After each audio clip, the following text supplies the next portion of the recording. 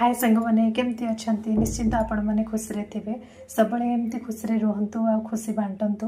तो मोर तो गाधुआल रोषे सरीगला आपण मानकर सरला ना कमेंट करके निश्चिंत जनइबे।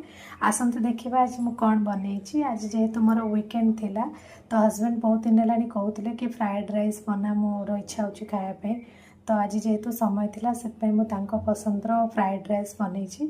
आज सब गुड़ा पसंदर ही बनी फ्राएड राइस सहित आलू कषा बहुत भल लगे खायापी। ये मु बहलिया बहलिया करके जोटा कि जमी डाल फ्राए से बनई देछि।